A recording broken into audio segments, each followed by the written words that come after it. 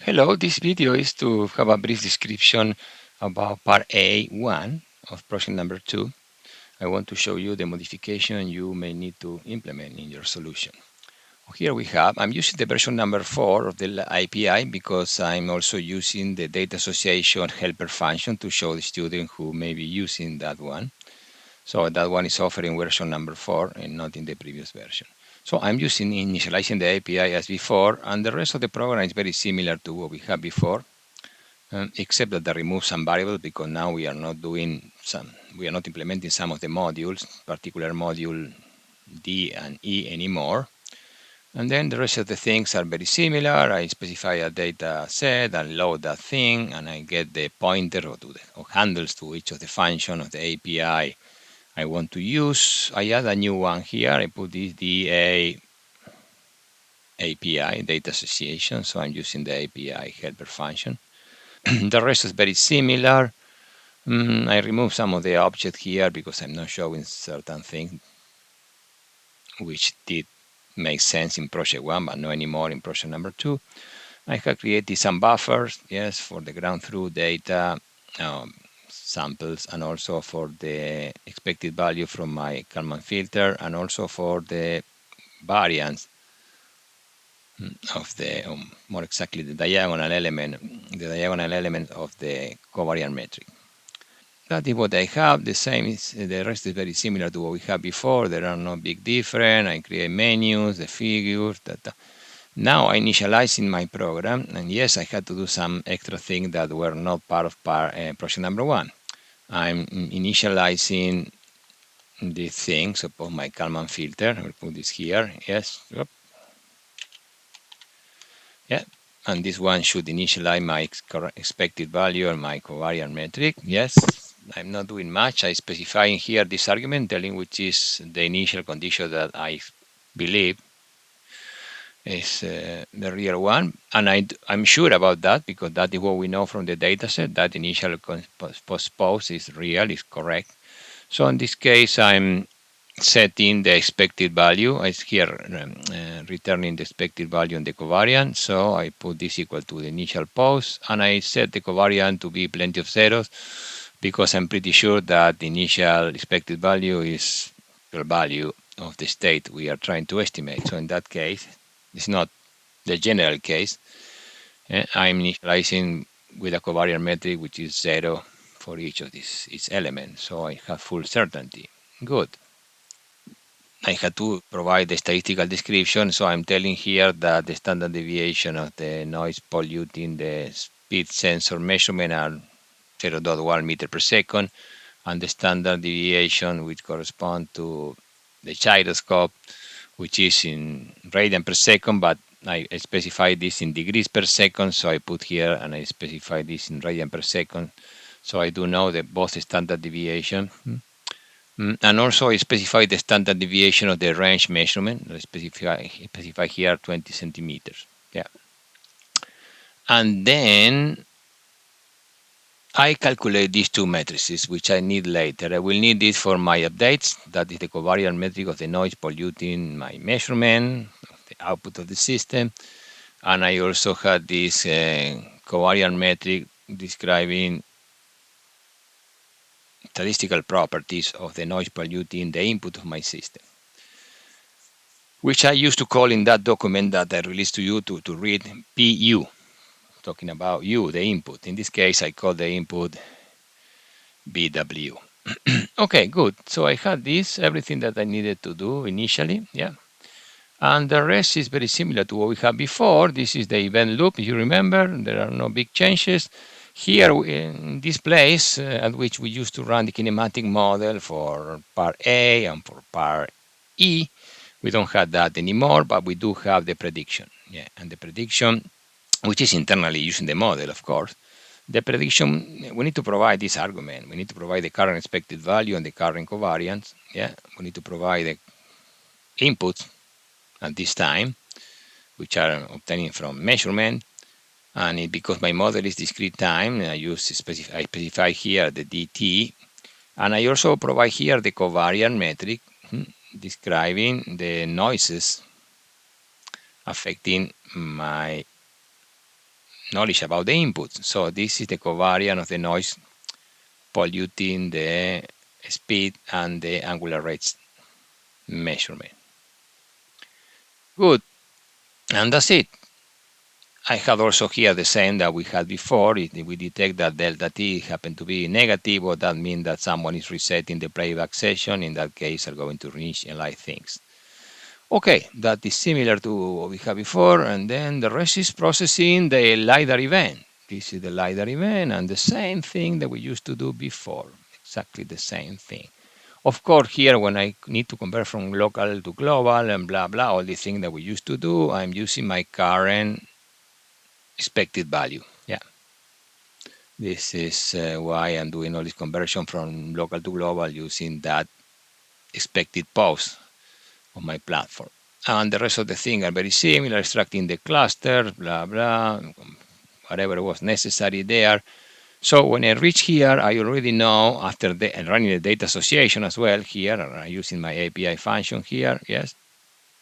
And yes, and in that way, I'm in condition to get a set of objects of interest for which I do have association with certain landmarks, and that is the information I need to exploit. But because I'm pretending I have a sonar, I don't want to have this position in 2D of the object of interest in my local coordinate frame. I just want to exploit distance, pretending that I have a sonar, or pretending that it's like some sort of two-dimensional GPS for which I measure distance to satellites in place to be poles in our case. Okay, good. And then this is just doing that, pretend they are sonar, blah, blah, blah. So I get here the distance from the sensor to each, in this case from the 0, 0 of the car coordinate frame to the center of each of the objects of interest. This is what they have after data association. So these are already objects of interest for which I do know the landmark to which they do correspond, so that we do know this well now. So because I had that, now I'm in condition to run the updates. This is going to do all the updates. For instance, if we had 5 objects of interest, so we would have 5 measurements in this vector. Okay, and then I'm providing for each of them, which is the landmark which corresponds. And I also am telling my update module, which is the covariance of the noise polluting those measurements. In this case, all of them have the same quality, so I use the same for everyone. Yeah, good. And if this update is going to process this, going to apply all these Bayesian dates through the Kalman filter, and it's going to return a new expected value and a new covariance. This is the posterior, and this is the prior PDF. So these parameters are describing a PDF which is Gaussian, so this corresponds to the prior, and it will be the posterior. Yeah. All right, and that's it. And after that, I'm doing the usual operation here. I'm recording things because I want to plot this at when the playback session ends. All these are the real-time plot, blah, blah, blah, and nothing else. Okay, we'll run this program now. Yep. I'm going to stop. Yes, here. I'm using the same API that you are using, number 4. Or number 3, at least for you, if you are not using the number 4 because you don't care about using the data association helper function. So this menu will be very similar. So I'm going to specify, in my case, this is part of my program. That is not the standard menu, which we offer here. But suppose I say I want to specify here, according to the setting that I have in my program, this should have certain noise. I don't remember, I put here, suppose 12 centimeter noise affecting the range measurement, or the LiDAR scan for each of the ranges. The speed gain, we are not talking about changing anything here. This is the standard deviation of the Y Gaussian noise polluting the speed sensor. I will put here 10 centimeter per second, or this is in meter per second. And this is not about important. This is about the slowing down the playback. No worries, we don't need that. This is important. I will have to specify here that the gyro is being polluted by 3 degrees per second standard deviation. The noise is having is wide Gaussian noise again, of having a standard deviation of 3 degrees per second. All right, I don't expect to put any bias here, anything. I go into reset, so start from the beginning, and I run this thing. Yes, it's running okay. Yeah, we could see also, it's very interesting to see that, yes, data association is working well. Yeah, yeah. We come back.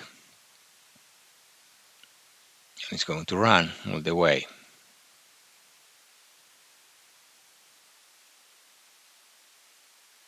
Oh, you remember this well because this is exactly the same trip we apply and we process in project number 1. This is, I think, dataset 7. I don't remember now.